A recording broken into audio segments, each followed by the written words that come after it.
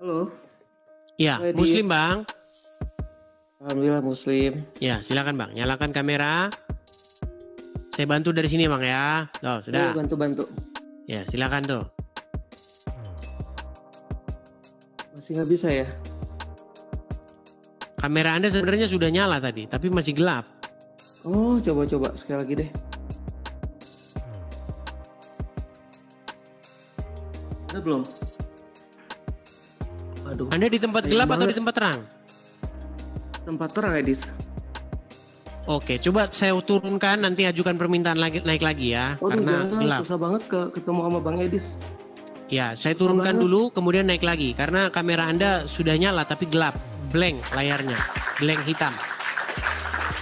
Oke, kita kasih naik ada Setio Setiawan. Setio Setiawan. Ya, Setio Setiawan, silahkan nyalakan kamera Anda. Oke, terpental lagi. Ini Helbi lagi, sudah naik lagi. Ya, Helbi. Iya. Bang Helbi, perkenalkan diri dulu Bang. Abang Muslim. Muslim. Muslim. Silakan Bang. Apa gerangan Anda naik kemari? Yuk. Sebab pengen lebih dekat sama Bang Edis yang ngobrol ya. Jadi saya mencari yang menyatukan kita sebenarnya. Bang Edis, saya mau ngobrol aja. Saya pengen tahu pendapat Bang Edis gini ya. Kan Tuhan itu adil ya, betul ya? Menurut Islam dan menurut Bang Edis adil ya? Menurut agama Islam dan Kristen, Tuhan itu adil ya. Ya. Tapi Tuhan yang dimaksud di situ pasti nggak sama Bang. Ketika Anda ngomong Tuhan, Anda lagi ngomongin Allah. Ketika kami lagi ngomongin Tuhan, kami nggak lagi ngomongin Allah. Ya nggak apa-apa. Intinya persepsinya kurang lebih sama lah ya. Sama-sama sesuatu yang besar yang mengatur hidup kita gitu ya.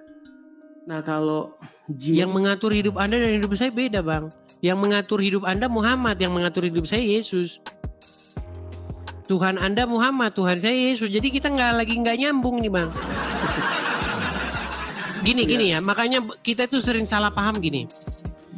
Ketika ada orang Hindu, orang Kristen, orang Islam, dan Konghucu, 6 agama di Indonesia, lagi ngomong gini, semalam Tuhan berfirman kepada saya. Kira-kira kalau orang Islam yang ngomong gitu, apa itu maksudnya Yesus? Bukan. Ya iya, berarti kalau Anda lagi ngomong Tuhan, Anda lagi ngomong siapa gitu. Baik. Ya, nggak apa-apa Bang Edis juga benar, nggak apa-apa. Perspektif Bang Edis dan juga saya kan sama-sama menurut kita Tuhan versi saya dan versi Bang Edis gitu aja biar enak ya. Jadi saya pengen tahu jawabannya gini. Kalau menurut Bang Edis Tuhan Yesus adil dan Tuhan Allah saya adil gitu ya. Kalau misalnya jin nih, jin itu kan bisa mengganggu kita, bisa menyantet gitu kan, bisa memindahkan barang, mengganggu gitu kan. Kita tapi nggak bisa mukul gitu, kayak mukul angin, ya kan? Tapi jin bisa ngeganggu kita gitu. Nah, nggak adil dong, bener nggak? Dia bisa melihat kita, dia bisa memukul, mengganggu kita, tapi kita tidak bisa membalas dia. Itu letak keadilan Tuhan di mana itu? Baik, saya jawab dulu ya. Saya jawab pertanyaan Anda. Baik. Gini Bang. Jadi Anda ini punya pola pikir yang menurut saya mengalami kecacatan logika. Kita harus definisikan dulu definisi adil itu apa Bang.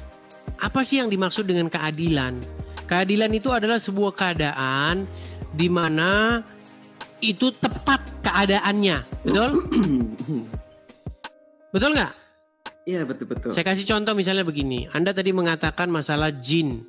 Jin tidak bisa walaupun ini dalam perspektif agama Islam ya. Jin tidak bisa begini tetapi dia bisa melihat kita tidak bisa memukul dia. Berarti nggak adil. Gini Bang. Anda tahu laler? Tahu. Laler bisa terbang nggak? Bisa. Bisa. Anda bisa terbang nggak? Nggak bisa. Berarti nggak adil. Iya, nggak. Nah, bingung kan? Ini karena Anda salah memahami definisi keadilan. Bagaimana Anda katakan karena Anda bukan laler, gimana? Bukan begitu Bang memahami keadilan. Tapi gini lah ya, tapi gini. Kalau Anda mengatakan jin bisa menyihir Tapi orang. di agama Bang Edis ada jin nggak? Diakuin nggak ada jin? Nggak ada. Oh, Jin. adanya apa dong? Kalau di jin disebutnya apa? Nggak ada Bang jin. Ada di dalam Bible itu jin-jin, tapi itu adalah dongeng-dongeng Timur Tengah. Oke. Berarti kalau misalnya ada kunti gitu, Bang Edis pernah hantu nggak? Karena itu tidak tidak jelas literasinya. Kalau menurut film Susana, sundel bolong apa itu ya karena ada film Susana itu, Bang. Iya. Ya nggak apa-apa, saya cerita versi saya aja ya. Maksudnya Tapi saya gini aja Bang, biar karena kalau kita ngomongnya kemana-mana, jadi kita nggak jelas. Gini, kita ngomong sesuatu yang relate, yang ada hubungannya dengan Islam dan Kristen. Kalau kita ngomong sundel bolong begitu ya nggak ada hubungannya Bang. Gini. Ya sebenarnya karena ngomong-ngomong soal jin tadi yang menyihir apa segala macam, menyantet. Muhammad pernah kena sihir nggak? Sihir belum pernah, tapi beliau pernah diracun. Susah ini teman-teman. Bang, menurut literatur atau sumber-sumber agama Islam, Muhammad itu terkena sihir, Bang. Di mana itu coba? Saya belajar juga di Bang Edis, coba di mana? Tidak tahu kalau Muhammad kena sihir, sungguh tidak tahu. Kalau sihir tidak kena, tapi kalau racun kena. Dua-duanya benar itu Bang. Muhammad kena racun juga benar, kena sihir juga benar. Belum pernah dengar Muhammad kena sihir. Racun Bang, kalau racun udah pernah. Muhammad kena sihir belum pernah dengar. Belum, boleh dari Abang jelasin. Baik teman-teman, saya harus sabar ya teman-teman ya. Karena beginilah orang-orang Islam teman-teman. Aduh berat ini teman-teman. Saya senang loh masuk live-nya Bang Edis. Saya jangan di-cut dulu, seneng. Oke, baik. Coba dengarkan ya Bang ya. Coba dengarkan ini Bang. Boleh. Coba dengarkan ini Bang. Salah satu orang Yahudi pernah menyihir Nabi SAW, dan waktu itu Nabi SAW kena sihir sebulan. Ya sebagai tanda bukti bahwa saya memang ini ada di tengah-tengah umat dan Allah ingin mengajarkan caranya. Caranya adalah pada saat itu Nabi SAW berdoa kepada Allah SWT. Bentar Bang ya nih. Nabi SAW pernah disihir oleh Lubab bin A'sam, orang Yahudi. Ya, Nabi SAW sebulan teman-teman nggak sadar, nggak tahu apakah sudah kasih giliran istrinya atau belum. Sampai kadang istri ingatkan, ya Rasulullah belum Anda datang ke tempat kami. Seperti itu. Tuh Bang, tuh. Kedengaran Bang? Iya. Iya betul, kena sihir tapi tidak kena pikirannya ya, itu kena fisiknya ya. Sulit nih ngomong-ngomong orang Islam. Jadi itu sihirnya dari Labid Al-Hasan. Ini Anda ini belum tahu Muhammad kena sihir. Tahu-tahu Anda udah ngajarin saya.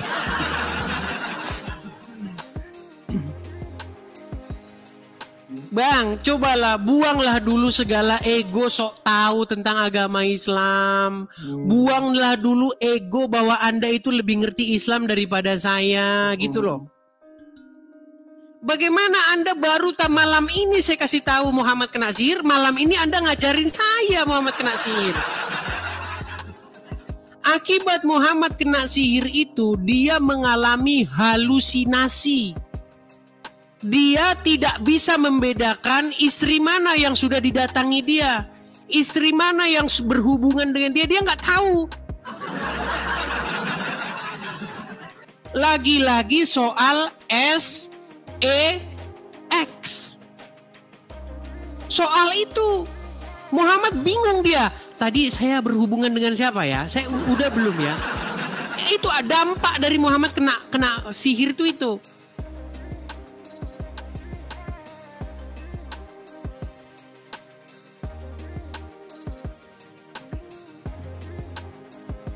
Sudah tahu sekarang?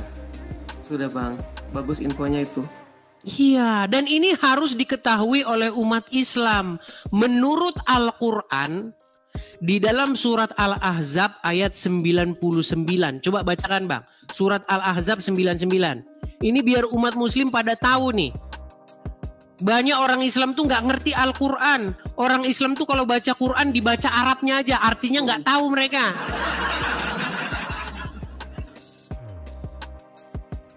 Yang membuat orang Islam masih Islam adalah kebiasaan membaca Quran tanpa baca artinya. Seandainya orang Islam sudah mulai membaca artinya, pasti orang Islam meninggalkan agama Islam. Ayat berapa Bang? 99. Surat An-Nahl. Surat An-Nahl 99.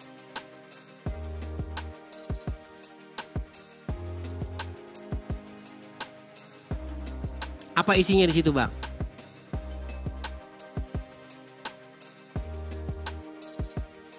Sebentar ya. Ketik saja, Bang. An-Nahl. Sesungguhnya ia setan tidak memiliki pengaruh terhadap orang-orang yang beriman dan bertawakal hanya kepada Tuhan mereka.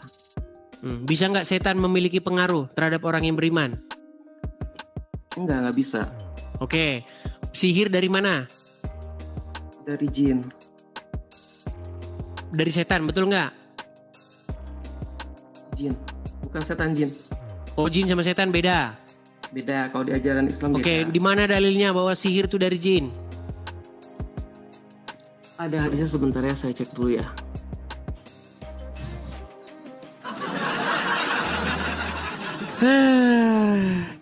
Oke Bang, nanti kalau Anda sudah paham agama Islam datang lagi ke sini ya. Saya turunkan dulu.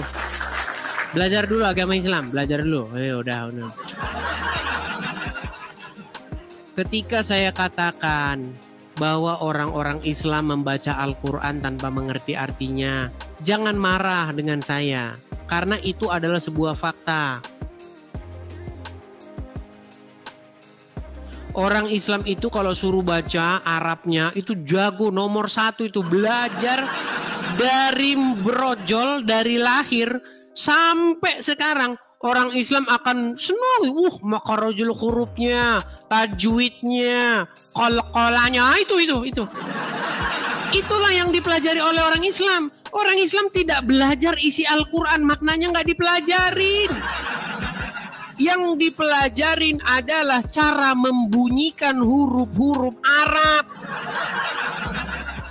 Setelah itu mereka akan kompak berkata, amin. Iya. Ditanya amin artinya apa juga nggak tahu. Di dalam Al-Quran nggak ada kata amin. Ada kata amin artinya amanah. Nggak ada yang arti amin sebagai penutup doa dalam Al-Quran. Dapat dari mana itu orang Islam itu? Ya nyontek dari orang-orang Yahudi dan Nasrani. Baca surat Al-Fatihah. Setelah walad dolin, ada nggak di situ amin? Nggak ada. Gimana? Coba belajar. Kalau ilmu Anda sudah cukup matang, ilmu Anda sudah cukup tinggi, baru datang ke sini. Ya.